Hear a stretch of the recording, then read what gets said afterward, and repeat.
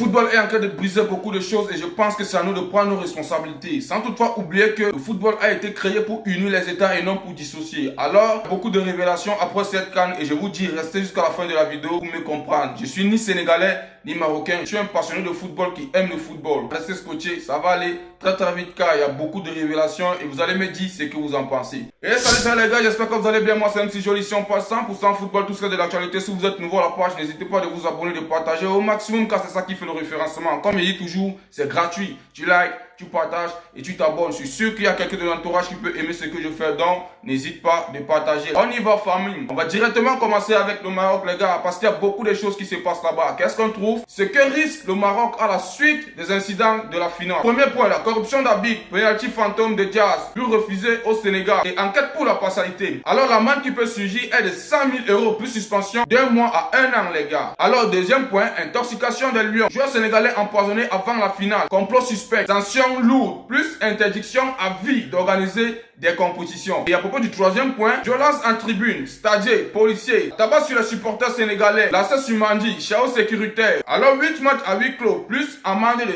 10 millions d'euros, je tiens très bien à préciser. Quatrième position, geste anti-sportif, Hakimi, Sabari, on tient très bien à préciser. De la provocation, de la bagarre, la serviette sur Mendy. Alors la suspension peut être minimale de 10 matchs par jour, je tiens à préciser. Alors les gars, comme je tenais à dire depuis le début de la vidéo, le football africain est là pour unir les États, c'est pas pour dissocier les États. Je pense qu'on doit prendre nos responsabilités parce que au niveau où c'est en train d'aller là, ça va pas plaire à tout le monde. Nous sommes tous frères africains. La fraternité en vaut la peine. J'ai jamais vu ça en Europe. Bref, même s'il y a ça en Europe, on n'a pas besoin de prendre d'exemple là-bas. On a nos identités personnelles. Donc du coup, on doit marcher selon nos racines et faire les choses telles qu'elles sont les gars. C'est très lourd. Pour les gens qui sont en train de fêter la défaite du Maroc, je pense que vous pouvez vous réjouir. Au lieu de vous contenter pour que le football puisse avancer, vous êtes là en train de faire cogner la tête de différents pays. Et c'est pas bon. N'oubliez pas que le Sénégal et le Maroc, c'est uni. Non seulement le Sénégal et le Maroc, c'est uni. Toute l'Afrique en elle-même est unie. C'est pour qu'on se retrouve sur une même Coupe d'Afrique. Dans un certain moment, il y a des sanctions, mais on doit essayer de revoir certaines choses. Et je pense que à base de ça, il y aura une leçon à véhiculer quelque part. On ne peut rien, c'est la loi du football. Et à partir de là, prenons conscience et évoluons comme il se doit les frères. C'est ce qu'il faut et le football africain est en train d'aller en ruine si on continue dans cette lancée. Alors sans toutefois oublier chez les Sénégalais, on tient aussi à préciser qu'ils ont fait beaucoup de bordel à propos de cette CAN, je tiens à préciser. On dit ceci les gars, 18 supporters sénégalais et un ressortissant algérien ont comparu devant la justice à Rabat. Ils ont été présentés devant le parquet pour des actes de vandalisme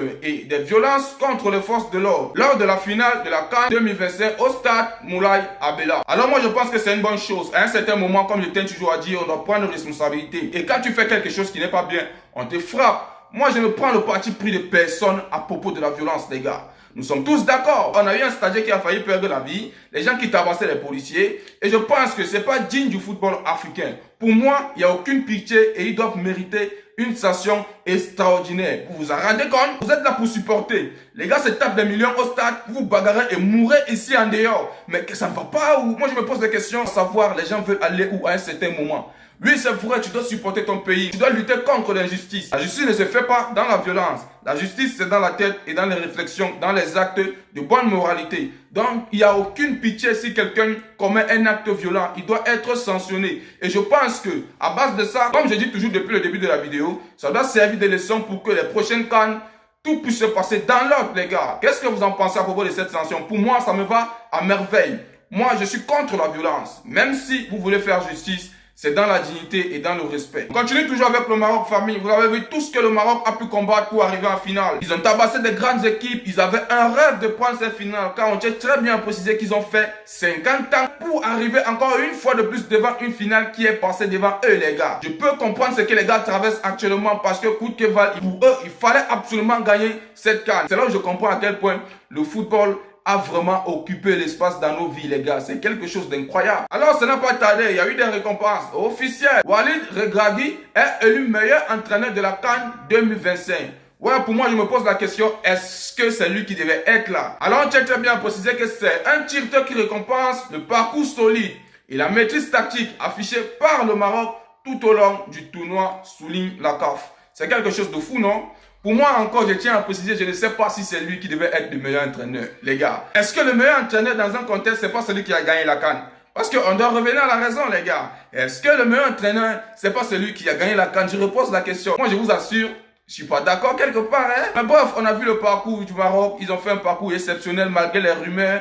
Vous savez, c'est le football, ça ne manque pas. Il y a toujours des rumeurs par-ci, par-là. Mais moi, mon contexte ici dans cette vidéo, c'est d'essayer de passer à autre chose et de véhiculer un message positif vis-à-vis de mes frères maghrébins et vis-à-vis de mes frères subsahariens. Car malgré tout, nous sommes africains. Il n'y a rien qui nous divise, les gars. Que ce soit les distances des frontières, on reste africains, même si on n'a pas les mêmes cultures. On croit tous au même Dieu et je pense qu'on doit aller sur la ligne droite pour que tout puisse aller mieux pour nous, les gars. C'est mieux pour l'Afrique. C'est mieux pour notre dignité, c'est mieux pour notre fierté et c'est mieux pour notre image. Mais il y a des rumeurs qui courent un peu de partout. Je ne sais pas si je dois appeler ça rumeur parce que moi, avant de venir prendre une information et relayer ici, je rentre dans les sources fiables, vérifiées et vérifiables. Je ne veux pas m'engager à faire quelque chose qui va me coûter cher. Parce qu'il ne faudrait pas que je relaie l'information ici, après ça me coûte cher. Parce que il y a mes frères marocains qui me suivent, il y a mes frères algériens qui me suivent. Moi, c'est l'Afrique que je vais regrouper ici en termes général. Alors, il y a quelque chose qui est en train de se passer vraiment encore au Maroc à propos du coach des gars. Je ne sais pas si c'est vraiment nécessaire. On continue, famille. La fédération marocaine s'apprête à limoger le soi-disant meilleur coach de la CAN. Un de sa vœux 5 ans envers la CAF. Je me pose vraiment la question, les gars. Bref, on continue, famille. Selon la presse marocaine, la FRMF serait sur le point de tourner la page Walid Regragui. Pourtant sacré meilleur entraîneur de la dernière Coupe d'Afrique des Nations. Un camouflet pour la CAF et son palmarès. La fédération marocaine envisagerait de confier le règne de la sélection à Tarek Sektiou, avec à ses côtés une pointure de football mondial, André Iniesta. Youssef Agil viendrait compléter le staff technique en tant que second assistant. Le choix radical qui traduit la volonté de la FRMF de reprendre les choses en main, quitte à désavouer publiquement les distinctions décernées par les stars africaines. Vraiment les gars, c'est un coup dur, hein. C'est un coup dur de voir tout le travail qu'il a pu abattre depuis le début de cette CAN jusqu'à la fin. Et on dit qu'il doit être limogé.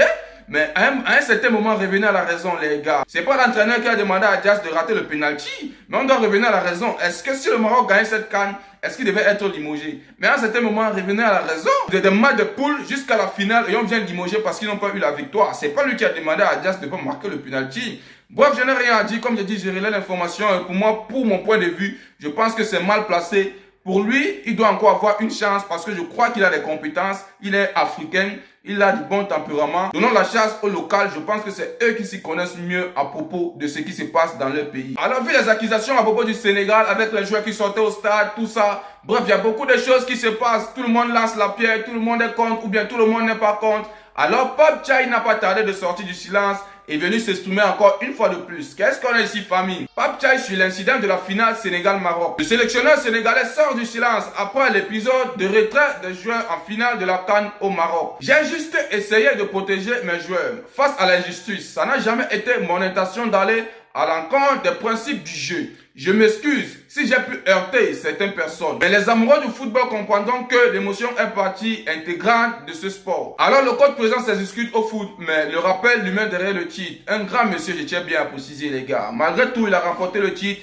Même s'il y a des trucs qu'on va faire en sorte que le Sénégal ne puisse pas aller au Mondial 2026, tout ça, ça ne ramène à rien les gars. Est-ce que cela changera que le Sénégal a rapporté la CAN? Soyons au moins objectifs. Nous on veut évoluer, on veut se concentrer sur le mondial qui arrive. Donc du coup quelque part, arrêtez un moment. Il s'est excusé de toutes les formes. Vous l'avez sanctionné. Donc du coup, arrêtez les gars. Alors je me pose la question à savoir comment ça se passe dans la cervelle des gens qui prennent le football pour faire des polémiques, ou les gens qui prennent le football pour faire des problèmes, ou bien pour dissocier, ou bien pour infliger les signes de racisme envers leurs frères. Alors Bounou n'a pas tardé de démontrer sa joie et de montrer à quel point c'est un grand homme et un grand portier digne de ce nom. Qu'est-ce qui nous relève Boulou? Boulou brisé, mais très fier, je tiens à préciser. Après la dissolution en finale de la CAN, le gardien marocain a pris la parole sur Instagram. Il dit ceci: soyez toujours heureux, la vie c'est 2 temps. Profiter du moment sera toujours mon objectif et mon plus grand défi. Les coupes vont et viennent, mais je ne changerai jamais nos valeurs. Il dit encore One Love pour le peuple marocain. Et ce que moi je peux encore ajouter, c'est que One Love pour l'Afrique et One Love pour le football africain les gars. Malgré tout, nous sommes tous ici dans nos cœurs et nous formons un les gars. Arrêtons peut-être de faire que quand il y a une CAN qui se passe, on commence à se cogner les têtes en disant que moi je t'aime pas ou bien que moi je t'aime. Ce que vous oubliez, c'est que nous sommes là en train de les supporter. Les gars se font des millions, ils se foutent éperdument de nous. Toi, tu peux avoir un problème dans ta famille. Je ne sais même pas si Bounou est au courant. Puis tu vas me dire que c'est le foot, que ça fait partie du pays, que tu es patriote. Il n'y a pas de problème. Mais à un certain moment, il faut arrêter. Il faut savoir qu'on a une seule vie. On peut avoir des échecs et on peut avoir le bonheur. Et tu fais comme si rien ne s'est passé. C'est comme ça un grand homme. C'est passé, on laisse tout et on évolue famille. Grand geste à propos de Bounou. Pour moi, beaucoup de considération. Non seulement mondialement, il est connu en tant que grand gardien et il mérite beaucoup le respect et mon admiration. Vraiment, beaucoup de respect, chef Bounou. Alors, à propos des rumeurs qui se passent à propos du Sénégal, tantôt qui ne va pas participer au Mondial 2026, il y a beaucoup de choses qui se passent vraiment autour. Il y a des gens qui veulent boycotter, il y a des gens qui sont soutenus, les gars. Qu'est-ce qu'on a ici, famille? Claude Leroy, vous connaissez tous Claude Leroy, c'est un grand entraîneur, un grand passionné du football. Ici, il connaît énormément. Et on tient très bien à préciser qu'il a été l'auteur pour que le match puisse continuer quand il y avait la confrontation entre le Sénégal et le Maroc. Il a dit à Mané d'aller reprendre le match et d'appeler ses coéquipiers. Grand homme, je tiens à préciser. Claude Leroy soutient l'idée de boycotter la Coupe du Monde 2026. Il dit, je me demande s'il ne faudrait pas appeler au boycott de la Coupe du Monde 2026. États-Unis, Canada et Mexique du 11 juin au 19 juin. Au vu du comportement du président Trump envers le continent africain et d'un président de la FIFA, précisément Gianni Infantino, qui se vante d'être à ses côtés. Aujourd'hui, les dirigeants au plus haut niveau du football ne parlent plus de football, mais uniquement de fric. Mais il a raison. Mais il a raison, peut-être j'ai fait la confrontation avec ce qui se passe pour le Sénégal, vous allez m'excuser. Mais quelque part, ils ont raison. Maintenant, le football, c'est plus du divertissement. Maintenant, c'est de l'intérêt. On ne se divertit plus, c'est devenu politique. Ils ont tout gâté, les gars. Maintenant, c'est plus du football, je tiens à préciser. Mais qu'est-ce qu'ils font, ces gars-là? Mais qu'est-ce qu'ils font, ces gars-là? Dans ce sens-là, je pense que je peux partager son avis. Que ce soit boycotté ou pas, je pense. Et je redis encore que s'il faudrait que le football continue ainsi, mieux on arrête tout, les gars. Parce que nous, on connaît le football, quelque chose de divertissant. Oui, quelque chose qui a le fric, parce que les joueurs se tapent du fric. Mais dans un contexte, il faut savoir que c'est nous, les supporters, qui donnons assez de fric à tous ces gens-là. S'il n'y avait pas les supporters, est-ce que le football serait autant consommé? C'est la question qu'on doit se poser. Alors, quelque part, sont raisonnables et sont de comprendre à la profondeur là où Claude Leroy peut aller, les gars. Alors, comme je tenais à dire que le football maintenant n'est pas venu dans le sens d'unir les pays, le football est devenu le sens maintenant de ridiculiser et de diviser les pays. Plus précisément encore le football africain, pour ne pas faire de confrontation. Alors, il y a une journaliste que moi j'admire beaucoup, car tous les matchs que moi j'ai eu à regarder étant chez moi, c'était à Beansport. Et je vous assure, son humour, son professionnalisme m'a beaucoup affecté et j'ai aimé, les gars. Alors, qu'est-ce qu'on a ici, famille? La journaliste Vanessa Lemoyne annonce qu'elle quitte le monde du football après la polémique de la finale CAN Maroc 2025, je tiens très bien à préciser. Et elle appuie avec un message très fin. Merci la CAN pour l'émotion, next. Merci le foot pour les racontes, pour le beau moment, mais next. Hey les gars, c'est fort, hein? Elle enquête partira. Et elle dit, fin de saison, j'arrête et maintenant, je me sens libéré. Vous n'aurez plus mon dos. Alors là, c'est quelque chose de fou. J'ai perdu mon père il y a moins d'1 an. Qu'est-ce qui peut me faire plus mal? Pas ça et pas vous. Et tiens à préciser, je termine la saison. La Liga 2 n'a pas besoin de moi. Mais j'ai fini ce que j'ai commencé. Et après, je fais autre chose. S'il y a autre chose à faire, rendez-vous samedi à Guinée. Vous taquinez un peu à un certain moment et dit merci d'éviter les parenkas. Je prendrais ça comme une provocation. Cette annonce fait suite à une vague de haine reçue par la journaliste à la suite d'une question polémique posée à Edouard Mendy à la fin du match face au Maroc. Mais c'est quelque chose de malade. Mais c'est de fou. À un certain moment, on doit se poser la question, mais c'est quoi ça, les gars? Mais c'est quoi ça, les gars? Vous versez sur une meuf qui transmet de l'émotion et qui transmet de la bonne humeur à nous les fans. Mais à un certain moment, c'est quoi? Elle est juste devant la caméra et elle s'exprime. Vous mettez de la haine vis-à-vis d'elle. Mais qu'est-ce que vous gagnez en faisant ça? Qu'est-ce que vous gagnez si elle quitte vraiment le monde du sport? Qu'est-ce que vous allez gagner après? C'est la question qu'on doit se poser. À un certain moment, on doit revenir à la raison, les gars. Vous qui envoyez toujours les messages haineux aux gens là. Je me pose la question en écrivant pourquoi Dieu ne peut pas ligoter vos doigts. Pourquoi Dieu ne peut pas ligoter vos doigts quand vous êtes dans votre clavier en train d'envoyer des trucs bidons aux gens? On n'en a pas besoin, on n'en a rien à foutre, les gars. Les messages comme ça, nous, ça nous bosse.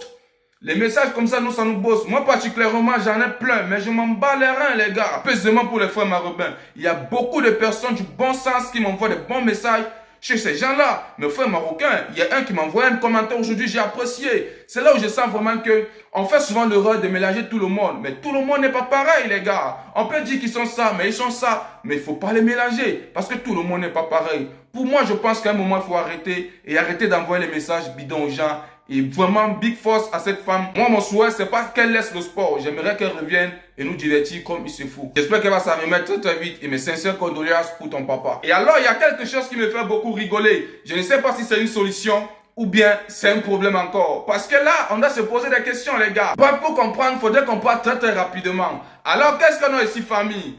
Pierre Metnès, quelqu'un dit, si on veut que cette CAN soit prise au sérieux, il va falloir qu'il ait des arbitres européens. Mais vous vous foutez de nous ou bien? Arrêtez ça. Quand vous avez l'euro là-bas, il y a un arbitre africain qui vient souffler vos matchs. Mais vous vous foutez de nous ou bien? On va régler nos problèmes. Vous savez pas que quand on a un problème, vous profitez de ça pour faire ou bien pour dire du n'importe quoi. C'est pas une solution. L'Afrique a besoin de ces gens. L'Afrique a besoin de ses citoyens. On va régler nos problèmes et on va évoluer. Pour moi, c'est pas une solution. Ils se moquent plutôt de nous. Les Européens viennent faire quoi à la Coupe d'Afrique? Vous entendez parler une fois là? On continue, famille. Alors, vu les polémiques qu'il y a entre le Sénégal et le Maroc, sans toutefois oublier que c'est un pays vraiment frère, les gars, on doit se dire la vérité. Parce que le nombre d'habitants subsahariens qui habitent au Maroc, ce sont les Ivoiriens et les Sénégalais. Je ne vais pas arrêter le mot en disant ça. Et vous savez tous que c'est vrai. Alors, le président sénégalais n'a pas tardé de sortir et d'envoyer un très beau discours que j'ai parfaitement aimé au gouvernement marocain qui a tout mis sur pied pour que cette CAN puisse aller à merveille. Alors c'est ce que moi je peux ajouter avant de lire ce qu'il a dit.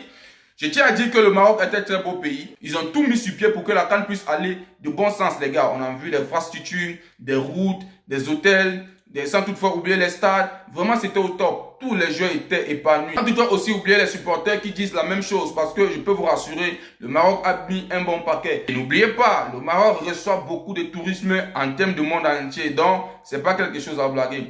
Qu'est-ce que le président sénégalais dit? Alors, le président sénégalais Bassirou Diomaye Faye remercie le Maroc et Sa Majesté le roi Mohamed VI.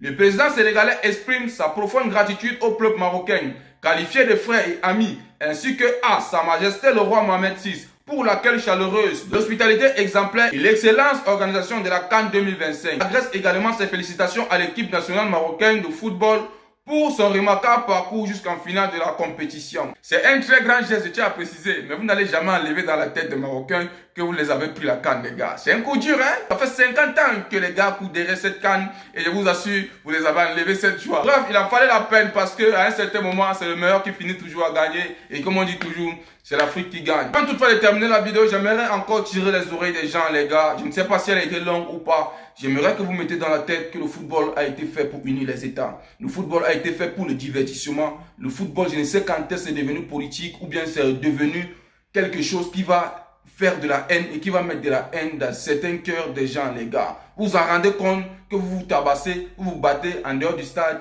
mais il y a des gens là-bas qui sont en train de courir derrière une boule d'air qui se tapent des millions. En temps, vous êtes ici en train de vous tuer. Le bas peuple qui n'a rien à voir au propos du football souffre.